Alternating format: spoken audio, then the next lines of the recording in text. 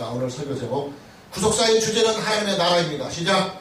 구속사의 주제는 하나님의 나라입니다. 한 번 더. 구속사의 주제는 하나님의 나라입니다.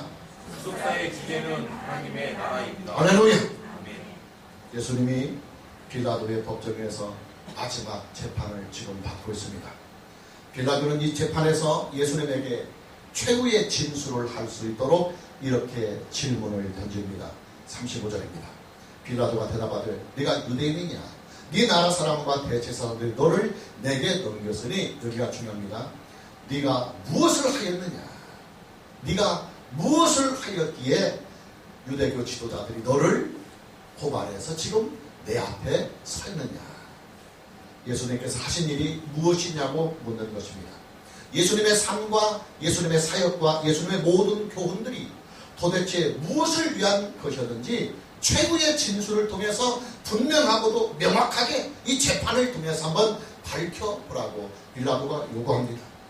예수님은 이 최후의 진술을 통해서 지금까지 예수님이 무엇을 위하여 일하셨으며 또 예수님께서 무엇을 위하여 그토록 오리를 하셨는지 예수님의 사역에 대한 총체적인 진술을 하게 됩니다. 이른바 예수님의 최후의 진술입니다. 여러분, 법정에서 하는 최후의 진술이 뭡니까? 재판장이 판결을 내리기 전에 피고인이 직접 자기 자신을 변호할 수 있는 마지막 기회를 주는 것이 법정에서 말하는 최후의 진술입니다.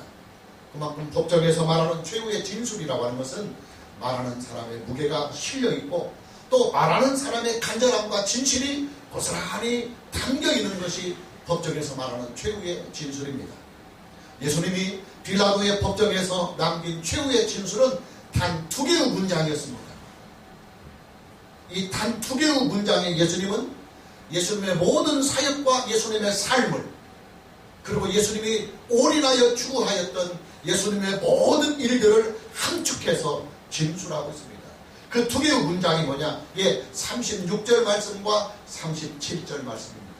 오늘의 설교는 이 36절과 37절 말씀을 집중적으로 조명해 보려고 합니다. 첫째로, 하나님의 구속사의 최종적인 완성은, 하나님의 구속사의 목표점은 하나님의 나라에 있다.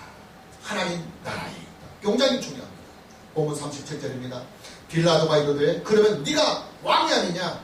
예수께서 대답하시되 네 말과 같이 내가 왕이니라. 내가 왕이니라. 내가 이를 위하여 태어났으며 이를 위하여 세상에 왔나니 곧 진리에 대하여 증언하려 함이로다. 무릇 진리에 속한 자는 내 음성을 듣느니라 하신대.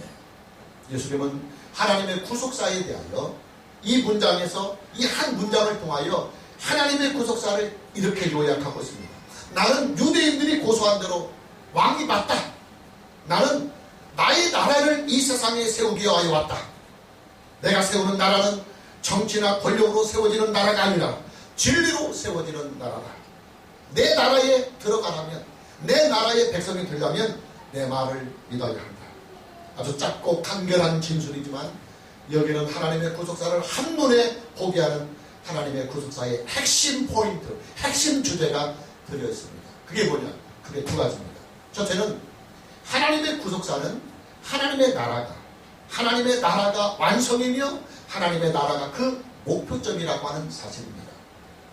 여러분, 하나님의 구속사라고 하는 것은요, 영혼을 구원하는 것이 전부가 아니에요.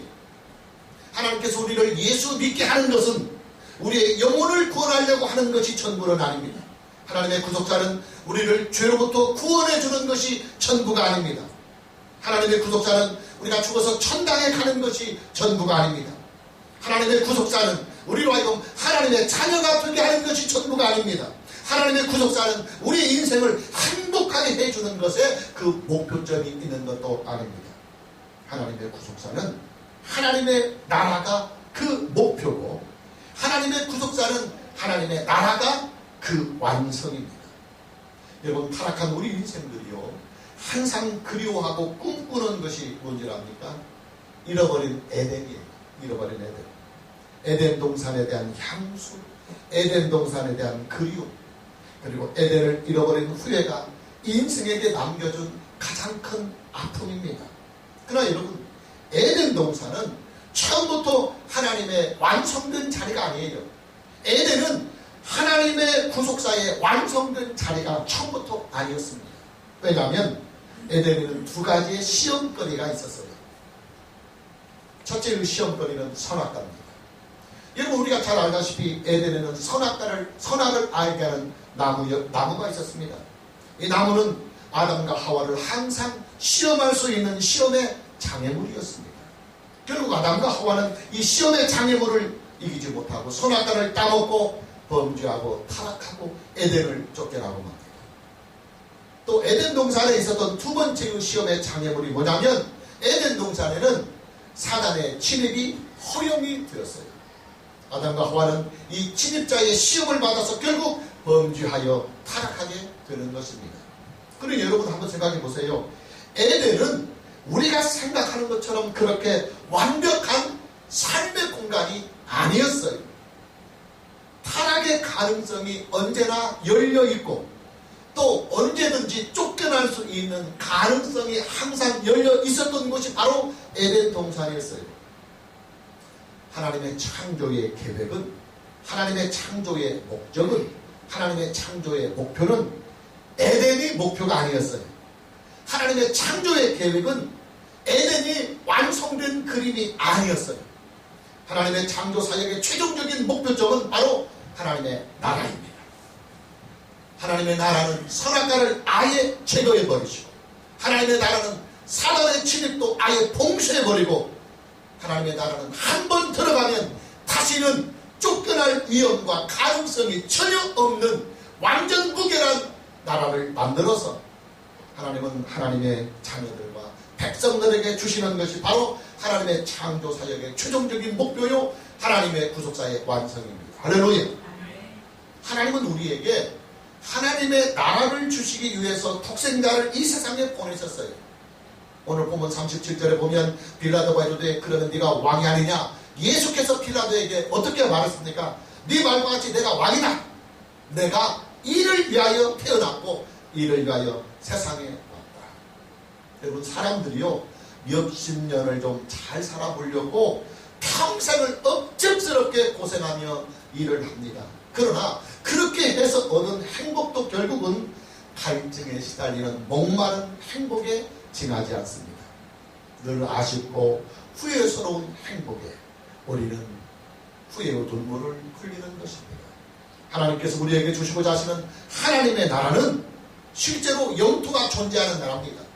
실제로 땅이 존재합니다. 그리고 하나님의 백성만이 들어가서 살 수 있는 하나님의 백성의 나라입니다. 그리고 이 하나님의 나라는 하나님의 주권으로만 나라가 다스려지는 완전 무결하고도 영원한 행복의 나라입니다. 그 나라의 우리를 부활한 영생의 몸으로, 지금의 이 몸으로가 아니라 부활한 영생의 몸으로 땅으로 존재하고 하나님의 백성들만이 사는, 그리고 하나님의 주권이 있는 이 하나님의 나라에서 영원히 살게 하시는 것, 이것이 바로 하나님의 창조 사역의 목표이며 하나님의 구속사의 완성입니다. 할렐루야. 하나님의 구속사의 두 번째 주제가 뭐냐면 주 예수를 믿어라. 주 예수를 믿어라. 첫 번째 주제는 하나님의 나라라고 그랬어요. 그리고 두 번째 주제는 주 예수를 믿어라. 이것이 하나님의 구속사의 두 번째 주제입니다.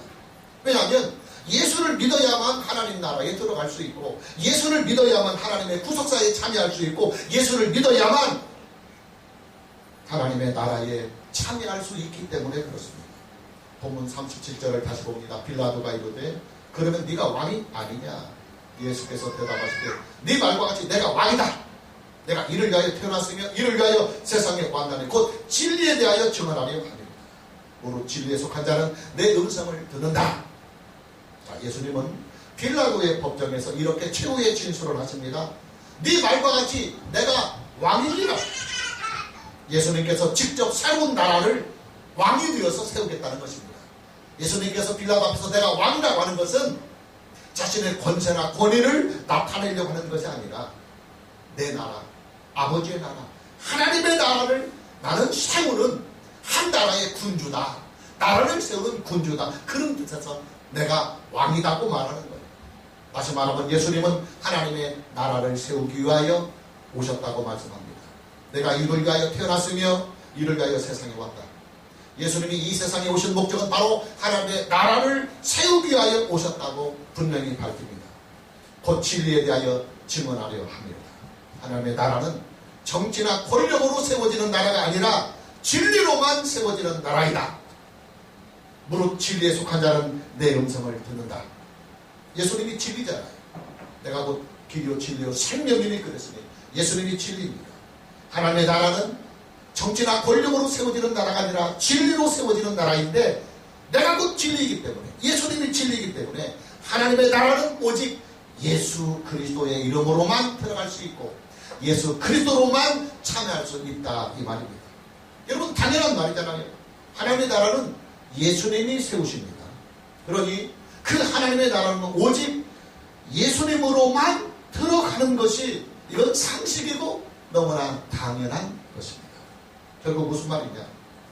하나님의 나라는 예수님을 믿어야만 들어갈 수 있는 나라이다 이 말이에요. 이 말씀이 예수님이 빌라도 법정에서 남긴 최후의 진술의 핵심입니다. 이 말씀이 하나님의 구속사의 결론적인 진술이었습니다. 예수님의 이 말씀이 예수님의 모든 사역의 결론적인 진술입니다. 그래요 여러분, 하나님의 구속사는요 우리에게 하나님의 나라를 주시는 것이 목적이고 하나님의 나라가 우리에게 온전하게 임해야 하나님의 구속사는 완성이 되고 성취가 됩니다. 하나님의 구속사는 우리에게 하나님 나라의 백성이 되게 하시는 것입니다. 하나님의 구속사는 우리에게 부활의 몸으로 하나님의 나라에서 영원히 살게 하시는 것이 우리로 하여금 예수를 믿게 하시는 하나님의 목표이고 목적입니다. 문제는 그 하나님의 나라를 우리가 어떻게 참여하고 어떻게 들어갈 수 있느냐 하는 사실이에요. 오직 하나, 예수 그리스도를 믿어야 한다. 할렐루야. 이 길 말고는 그 어떤 다른 길도 일체 존재하지 않는다 그 말이에요. 그래서 복음의 결말은 항상 주 예수를 믿어라 하는 거예요. 주 예수 그리스도를 믿는 것이 복음이고 주 예수를 믿는 것이 하나님의 일이며 주 예수를 믿는 것이 하나님의 뜻이요 주 예수를 믿는 것이 하나님의 나라의 백성이 되는 것입니다. 중요한 사실은 믿음이 잘못 들어가면 하나님의 나라에 들어갈 수 없다는 사실이에요. 믿음이 잘못 들어가면. 본문 37절을 다시 봅니다. 빌라도가 이르되 그러면 네가 왕이 아니냐? 예수께서 대답하시되 네 말과 같이 내가 왕이다. 내가 이를 위하여 태어났으며 이를 위하여 세상에 왔나니 곧 진리에 대하여 증언하려 합니다. 무릇 진리에 속한 자는 내 음성을 듣는다. 무릇 진리에 속한 자는 내 음성을 듣느니라. 자, 예수님이 아무리 하나님의 나라를 증거하고 예수님이 아무리 하나님의 구속사에 대하여 증거를 한다 하여도 예수님의 그 증거의 말씀을 듣지 못하고 이해하지 못하고 관심조차 가지지 아니하는 믿지 않으냐는 사람들도 있다 그 말이에요. 유대교 지도자들이 그랬어요. 그리고 대다수의 유대인들이 그랬습니다. 그리고 지금 예수님을 재판하고 있는 빌라도 총독도 마찬가지입니다. 이들뿐이 아니죠. 지금도 여전히 이 세상에는 이런 사람들이 수두룩해요. 아무리 우리가 복음을 외치고 예수를 믿으라고 하고 영토로 하나님의 백성만이 들어가 영원토록 하나님의 주권 속에서 살아가는 실제적인 하나님의 나라가 우리 앞에 있다고 아무리 우리가 복음을 전하여도 그들은 들은 척도 안 해요. 우리는 오히려 멸시하고 천대합니다. 심지어 교회 안에서조차도 이런 사람들이 허다해요. 교회 안에서조차도. 자, 왜 이런 현상들이 생기느냐? 예, 믿음의 대가를 현실 속에서 찾으려고 하기 때문에 그래요. 믿음을 통해서 얻고자 하는 것을 물질 축복이나 자신의 성공이나 자신의 행복의 목표점을 두기 때문에 그래요. 하나님의 나라를 설명을 하면, 하나님의 나라를 선포하면 좀 막연하게 느껴져요. 그리고 부활에 대하여 선포해도 현실감이 좀 떨어지는 것 같아요. 그래서 영악한 사람들이 차라리 그런 불투명한 신앙의 기대들보다는 차라리 현실 속에서 믿음의 결과를 바라는 이 현상이 우리로 하여금 하나님의 구속사를 보지 못하게 하는 것입니다. 저는 지금 주일 이 강단에서 요한복음을 쭉 지금 2년째 구속사적으로 강해오고 있습니다. 저는 이것을 아주 사명으로 여기고 상당한 시간을 들여가면서 꼼꼼하게 설교 원고를 준비하고 있습니다. 솔직히 이 구속사적인 설교는 재미는 없어요. 웃기지도 않아요. 그리고 영이 열리지 아니하면 지루하게만 느껴지는 설교가 바로 이 구속사적인 설교입니다. 그러나 이 구속사적인 설교가 교회 안에 바르게 선포되어야만 여러분이 삽니다. 할렐루야. 이 구속사적인 설교가 여러분에게 바르게 선포되어야만 여러분에게 유익해요. 이 구속사적인 설교가 여러분에게 바르게 선포되고 바르게 행해야만 여러분에게 축복이 됩니다. 이 구속사적인 설교가 여러분에게 바르게 선포되어야 여러분이 예수님을 믿을 때에 곁길로 가지 않고 바르게 예수님을 믿을 수 있어요. 이 구속사적인 설교가 강단에서 성도들을 향하여 바르게 선포되어야만 여러분을 향하신 하나님의 뜻이 이루어 갈 수 있는 거예요. 할렐루야. 설교는 코미디가 아닙니다. 설교는 재미가 아닙니다. 설교는 설교자의 입맛대로 하고 설교는 듣는 자의 입맛대로 듣는 선택이 아닙니다. 설교는 세상의 잡다한 뉴스들을, 이슈들을 강연하는 것도 아닙니다. 설교는 하나님의 구속사를 증거하는 일입니다. 설교는 하나님의 구속사를 증거하는 일입니다. 설교는 우리를 향하신 하나님의 구속사를 바르게 선포해 주는 일입니다. 설교는 우리 주 예수 그리스도를 바르게 믿을 수 있도록 예수 그리스도를 바르게 전해주고 예수 그리스도의 구속의 사건을 바르게 전해주는 것, 이것이 바로 설교입니다. 그래야 설교를 듣는 사람들이 예수님을 믿을 것 아닙니까? 여러분 그렇잖아요. 복음의 결말이 뭐라고 그랬습니까? 주 예수를 믿으라. 이것이 복음의 결말이에요. 하나님의 구속사의 초청이 무엇입니까? 하나님께서 독생하신 아들을 이 세상에 보내시고 그를 십자가에 매달아 속죄까지 해주시면서 우리를 향하여 내게로 오라고 초청하시는 목적이 무엇입니까? 예수를 믿으라는 거예요. 사도들이 전한 메시지의 마지막 결론이 뭡니까? 주 예수를 믿어라. 이것이 사도들이 전한 메시지의 마지막 결론이었어요. 성경이 우리에게 주시는 마지막 메시지가 뭡니까? 예수를 안 믿으면 꽝이에요. 결국은. 그러니까 성경 메시지의 마지막 결론이 뭐냐면 주 예수를 믿으라요. 할렐루야. 그러니 목사는 당연히 주 예수를 믿으라, 이것이 설교의 결론이 되어야 됩니다. 목회의 결론이 되어야 됩니다. 목사의 설교는 항상 하나님의 구속사에 그 타깃이 맞춰지고 하나님의 구속사에 그 목표가 있고 또 하나님의 구속사가 설교의 항상 주제가 되어야 됩니다. 할렐루야. 오늘 저와 여러분 모두에게 하나님의 이 구속사에 대하여 여러분의 눈이 열리고 마음이 열려서 이 구속사적인 설교를 기쁨으로 듣고 이 구속사적인 설교를 통하여 여러분에게 신령한 하나님의 은혜가 임하는 축복이 있기를 주님의 이름으로 축복합니다. 두 번째, 하나님의 나라는 이 세상에서 이루어지는 것이 아니다. 굉장히 중요합니다.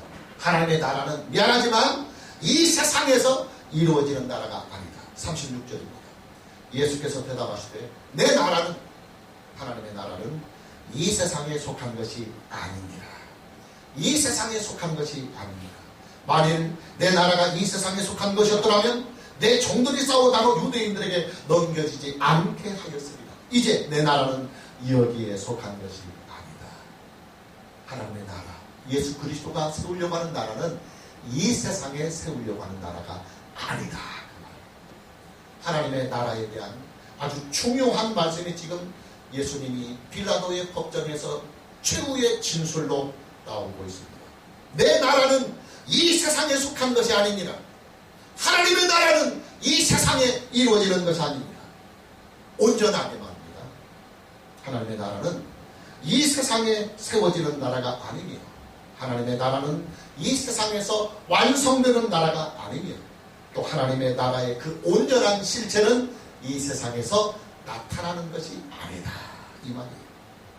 여러분, 이 세상에서요, 한 나라가, 한 국가가 세워지려면 국가를 이루는, 나라를 위하는 구성요소, 이 세 가지 구성요소가 반드시 구비되어야만 합니다. 초등학교 4학년 교과서에 나오는 거예요. 확인을 안 해봤습니다. 제가 초등학교 다닐 때는 중학교에 가서야 비로소 이 사회책에서 나왔는데 요즘은 이게 빨라가지고 초등학교 4학년 책에 나온다고 그래요. 국가를 이루는 국가의 3요소, 나라의 3요소. 그 첫째가 영토입니다. 여러분 우리가요 내 집이 없고 내 땅이 없으면 평생을 남의 집에서 새들어 살아야 합니다.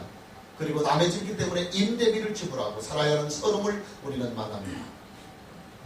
그런데 여러분 나라를 이루는 백성들이 그 백성들이 함께 살아갈 일정한 땅이 없고 영토가 없다고 한번 해봅시다. 그러면 그 백성들은요 자기들의 나라를 가질 수 없어요. 뭐 땅이 없는데, 살 땅이 없는데, 영토가 없는데 그걸 나라라고 할 수 있습니까? 그래서 국제적인 난민이 발생하는 거예요. 두 번째, 나라가 세워지려면 국민, 사람이 있어야 됩니다. 백성이 있어야 됩니다. 이것은 상식이잖아요. 나라가 세워지고 국가가 세워지려면 그 나라와 그 국가를 이루는 국민, 백성들이 있어야 합니다. 백성이 없는 나라, 국민이 없는 국가는 존재할래야 존재할 수가 없겠지요. 셋째로는 주권이 있어야 됩니다. 굉장히 중요한 것입니다. 주권. 땅이 있고 백성도 있어요. 그러나 그 땅과 그 백성들이 국제사회로부터 독립된 주권이 없다면 그 땅에서 사는 이 백성들이 국제사회로부터 인정받는 독립된 주권이 없다고 한다면 그것은 국가가 미안하지만 아니에요. 여러분 우리나라가 일제 강점기로 있었을 때 우리나라에는 주권이 없었습니다. 일본이 우리나라의 주권을 빼앗아 가버리기 때문입니다. 자, 나라의 주권을 잃어버리니까 어땠습니까? 내 땅이지만 일본에게 땅세를 냈어요. 내 나라에서 사는데도 일본의 감시와 일본의 침해를 받아야만 합니다. 예, 나라가 세워지려면 국제사회로부터 보장된 주권이 있어야 합니다. 하나님의 나라가 왜 이 세상에서는 온전하게 세워질 수 없느냐? 예, 하나님의 나라를 이루는 이 세 가지 요소를 이 세상에서는 온전하게 이룰 수 없기 때문에 그래요. 잘 들어보세요. 여러분 지금 이 세상은요 세계 각국의 나라들이 이미 영토를 다 확보하고 있어요. 다 차지하고 있어요. 그런 이 세상에 하나님의 나라가 땅으로 임하는, 영토로 임하는 하나님의 나라를 세우려고 한다면 각 나라들과 피를 흘리는 영토 전쟁을 해야 돼요. 이미 세계 각국이 각 나라마다 자기의 땅을 소유하고 있어요. 그렇기 때문에 만일 하나님의 나라가 이 세상에서 땅으로 이루어지려고 하면 누군가 가지고 있는 그 나라의 땅을 하나님이 뺏어야 됩니다. 그러려면 영토 전쟁이 불가피하겠죠. 물론 구약시대에는 이 영토 전쟁이 실제로 있었어요. 이스라엘 백성들이 가나안 정복을 위해서 원주민들과 영토 전쟁을 했어요. 또 다윗 왕이 유대 나라의 영토 확장을 위해서 이웃 나라들과 영토 전쟁을 했던 것이 사실이에요. 그러나 그때와 지금은 시대적 상황이 다릅니다. 구약시대에는 미확보된 땅들이 있었어요. 그래서 그때는 정복을 통해서 영토 정복 전쟁을 통해서 나라가 세워지기도 하고 또 땅을 확보해도 되는 시대였어요. 심지어 정복을 통해서 백성들도 정복을 하면 그 백성들도 나라에 흡수되기 때문에 백성까지도 정복 전쟁을 통해서 만들어낸 나라가 바로 구약시대에 있어요. 그러나 지금은 세계 각국의 나라들이 이미 각각의 영토를 국제사회로부터 인정을 받고 있는 시대예요. 그렇기 때문에 지금은 남의 나라를, 남의 영토를 함부로 침공한다 하는 것은 그 나라와의 전쟁뿐만이 아니라 국제사회 전체를 적으로 만드는 아주 위험한 발상인 것입니다. 그뿐만이 아니에요. 지금 우리가 살고 있는 이 시대는 선교의 시대입니다. 하나님의 구속사를 복음을 통해서 이 세상에 확장해 나가는 지금 선교의 시대예요. 그런데 이런 선교의 시대에 하나님께서 하나님의 나라를 이 땅에 세운다고 각 나라와 전쟁을 선포해버리고 각 나라들과 영토 전쟁을 한번 해본다고 해봅시다. 선교가 제대로 되겠어요? 온 세계가 딸딸 묶여서 반 기독교가 돼버리고 기독교를 대항하려 할 터인데 여러분 선교가 되겠어요? 그러니 땅으로 임하는 하나님의 나라, 원래 하나님의 나라는 진짜는 땅으로 임해야 이게 완성된 작품인데 미안하지만 우리가 살고 있는 이 세상에서는 땅으로 임하는 하나님의 나라는 불가능하다.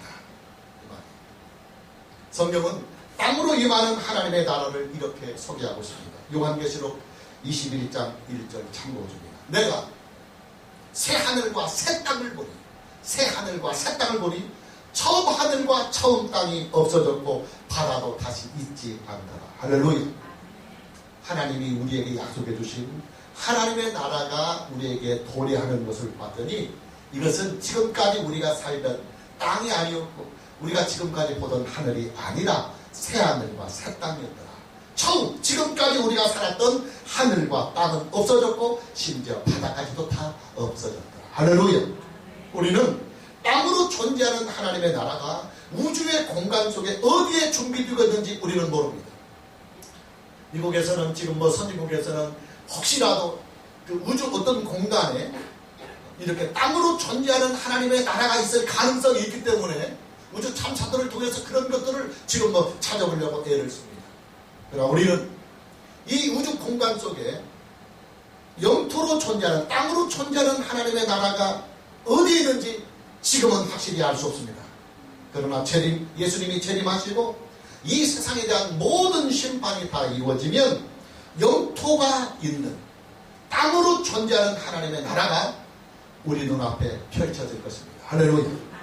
그래서 성경은 하나님의 나라를 소개할 때 새 하늘과 새 땅이다, 그렇게 말씀합니다.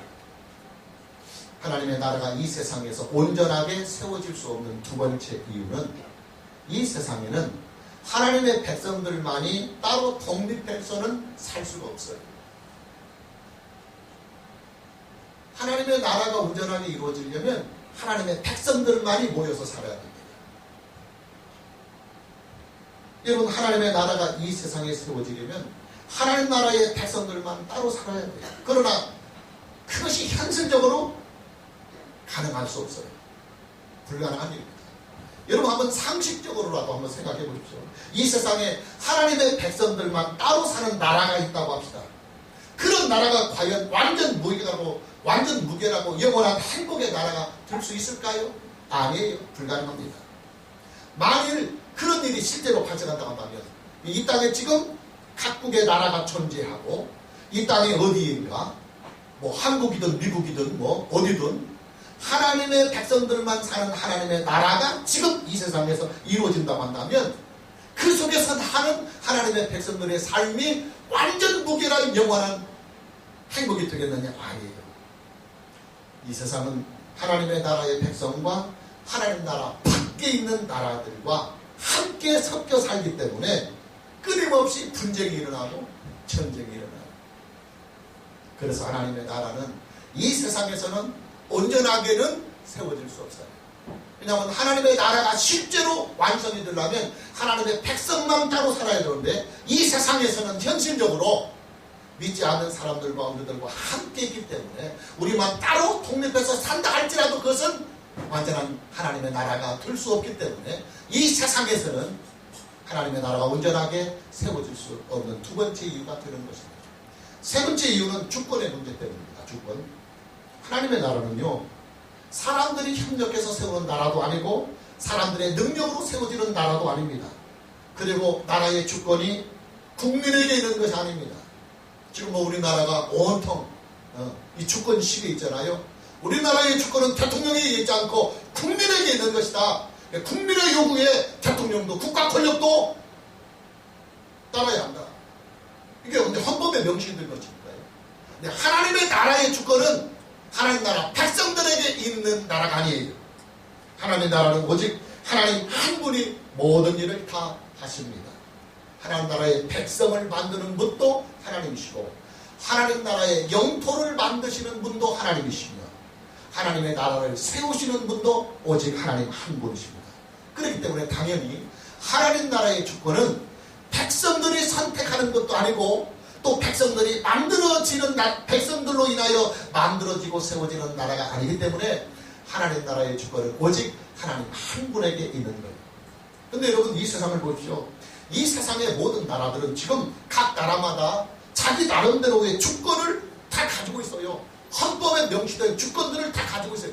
독재적인 그런 주권이든지 아니면 민주적인 주권이든지 이게 전제적인 그런 권력이든지 아니면 자본주의의 그런 권력이든지 헌법에 명시된 주권들이 각 나라마다 있어요. 그리고 그 각 나라마다 이 주권이 존재하는 한 이 세상에 하나님의 나라가 이루어지려면 하나님 한 분만의 주권을 가져야 되는데 그 주권을 이루려면 이 세상에 있는 모든 주권들을 다 소멸해야 돼요. 각 나라를 다 때로 부셔야 돼요.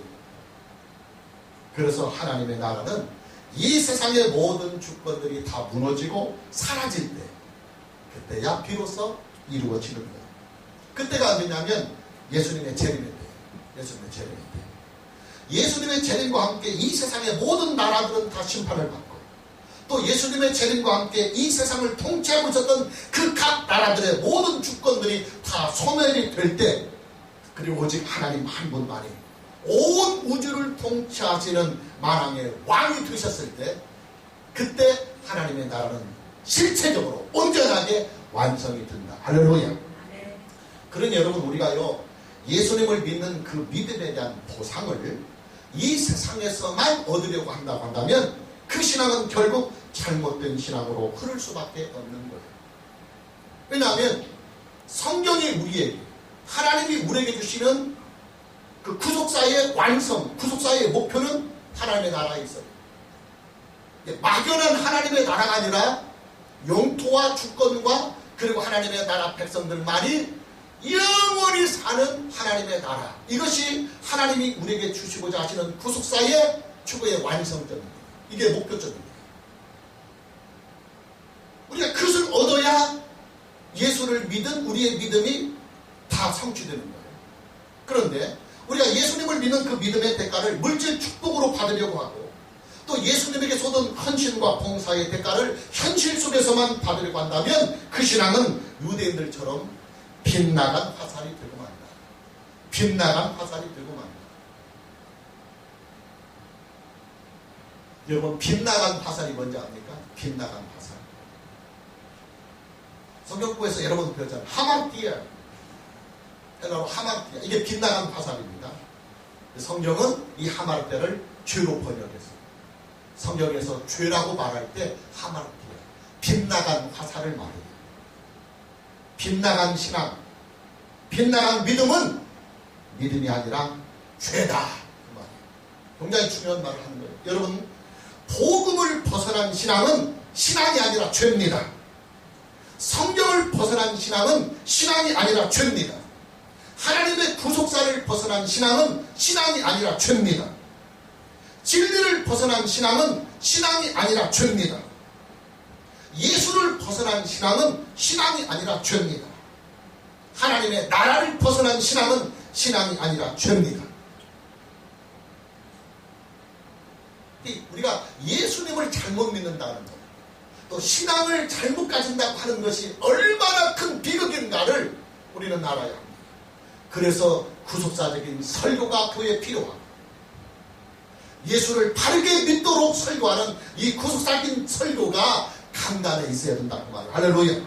오늘 저와 여러분 모두에게 땅으로 임하시고 그리고 부활의 몸으로 참여하는 그 하나님의 나라를 여러분이 믿고 소망하는 은혜가 있기를 주님의 이름으로 축복합니다.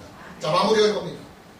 자, 하나님의 나라가 온전하게 임하는 때, 즉 땅으로 존재하고 하나님의 주권이 온전하게 나타나고 하나님의 백성들만이 들어가서 영원히 사는 이 하나님의 온전한 나라에 이 임하는 때는 예수님의 재림 때입니다.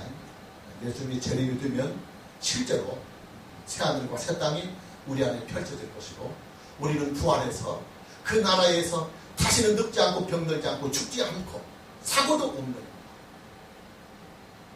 모든 고통과 그리고 모든 억압으로부터 완전히 자유화되는 영원한 영생의 몸을 가지고 영원한 행복의 그 나라에 들어가서 살게 될 것입니다.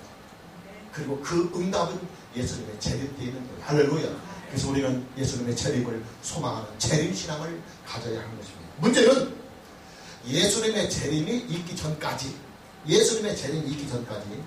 우리가 살고 있는 이 현실 속에서는 과연 하나님의 나라가 어떻게 임하느냐 그런 거예요. 땅으로 임하는 온전한 하나님 나라의 실제는 예수님의 재림에 있다고 한다면 그러면 이 땅에서는 그건 뭐냐 하는 거예요. 왜냐하면 복음의 주제가 하나님의 구속사의 주제가, 성경의 주제가 하나님의 나라에 있다고 한다면, 하나님의 구속사의 목표와 완성이 하나님의 나라에 있다고 한다면, 그러면 이 땅에서 우리는 예수님을 믿는 일에 대해 아무런 대가도 없고 아무런 효과도 없이 그냥 예수님의 책임만 기다리며 살아야 되느냐 하는 문제예요. 지금 우리가 살고 있는 이 현실 속에서도 하나님의 나라가 임합니다. 근데 지금 우리가 살고 있는 이 현실 속에서 임하는 하나님의 나라는 세 가지로 임해요. 첫째는 말씀으로 임하시고, 둘째는 성령으로 임하시고, 셋째는 교회로 임하십니다. 할렐루야. 여러분, 지금 우리가 살고 있는 이 시대를 말씀의 시대라고도 하고, 또 성령의 시대라고도 하고, 교회의 시대라고 합니다. 그럼 지금 우리가 살고 있는 이 시대를 왜 말씀의 시대라고도 하고, 성령의 시대라고도 하고, 교회의 시대라고 하느냐? 예, 하나님의 구속사의 완성된, 하나님의 구속사의 목표가 하나님의 나라에 있는데, 그 하나님의 나라가 지금 이 시대는 말씀으로 임하고, 성령으로 임하고, 교회로 임하신다. 그 뜻이에요. 할렐루야. 그러니 지금 우리가 살고 있는 우리들이, 이 시대를 살고 있는 이 우리들이 말씀과 성령과 교회로 임하시는 하나님의 나라에서 하나님 나라의 그 은혜와 하나님 나라가 주는 축복과 하나님 나라가 주는 그 행복으로 살려면 그 무엇보다도 여러분들이 하나님의 말씀을 믿고 하나님의 말씀을 순종해야 합니다. 할렐루야. 하나님의 말씀에 대한 믿음, 하나님 말씀에 대한 순종, 그리고 하나님의 말씀에 대한 기쁨이 없이는 미안하지만 여러분의 인생은 무기력해질 수밖에 없습니다.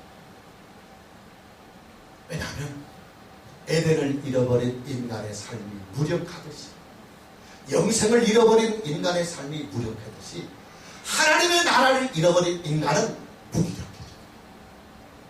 그런데 그 하나님의 나라가 지금은 말씀과 성령과 교회로 임하십니다. 이 모든 주체가, 자체가 말씀이 기초예요. 말씀이 시작이에요.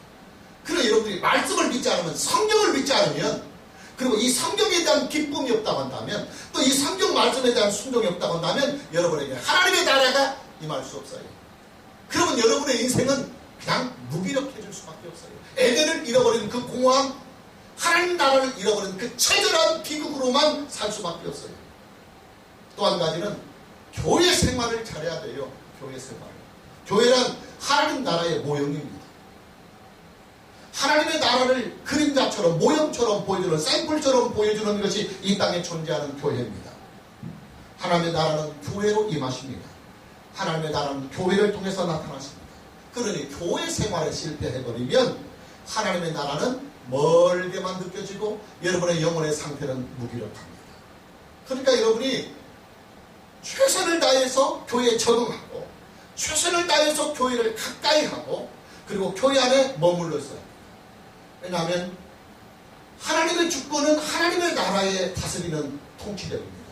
그리고 이 땅에 하나님의 나라는 교회로 임하시기 때문에 하나님의 주권, 하나님의 은혜가 교회에 임합니다. 할렐루야. 그렇기 때문에 우리 교회 생활에 실패해버리면 아무것도 얻을 수 없어요.